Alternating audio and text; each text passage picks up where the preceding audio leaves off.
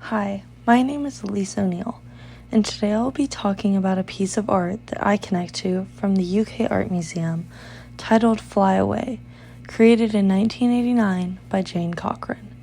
This piece caught my attention immediately because of its vibrant colors and plethora of textures. At the center of the piece is a crow in mid-flight, which stood out as the most striking element.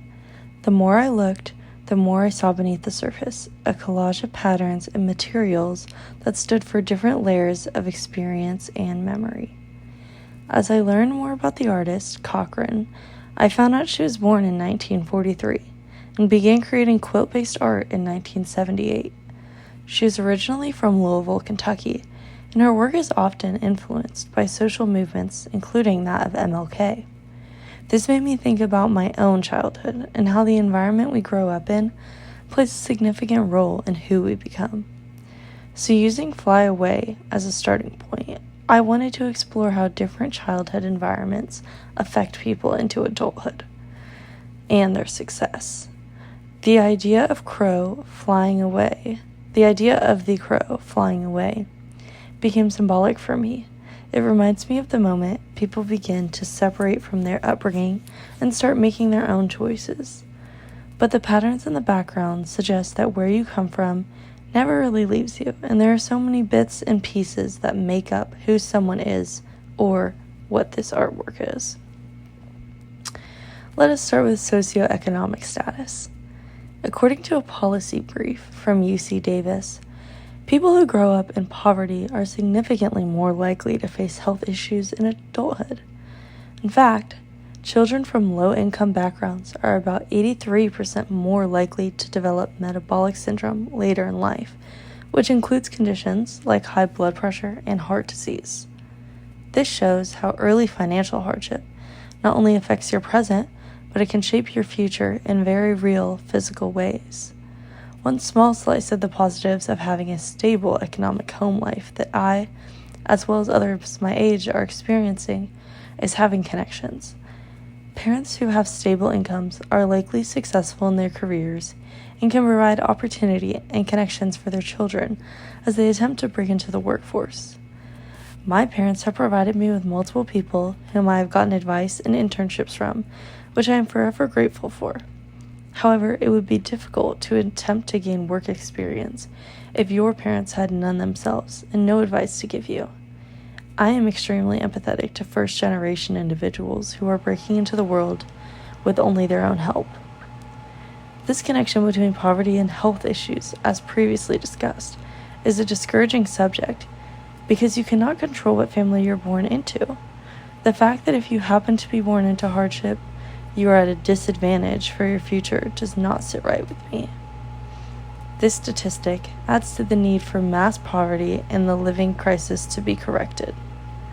Next, let us look at gender and how it influences our future roles. Gender roles are often learned early on and can be deeply ingrained. According to Sandra Bem's gender schema theory, children develop mental frameworks based on cultural definitions of gender, and then use those frameworks to guide their behavior. These early experiences can later influence decisions about careers, relationships, and even self-esteem. A study published in Healthcare in 2022 found that people with positive childhood experiences and more flexible views of gender were more likely to choose careers they are both happy and successful in. So, it's not just about having a good childhood, but also one that allows you to see a wide range of possibilities for yourself. This makes clear sense to me. As someone who grew up in a household where both my mom and dad worked, I was always under the impression that I would be just as qualified for a job as any man when it was time for me to enter the workforce, and I would never count myself out. This is not to say that a parent, mom specifically in the context of our world, who does not work, is setting a bad example for their kids. It is simply just an environmental factor that will change a child's view of the world.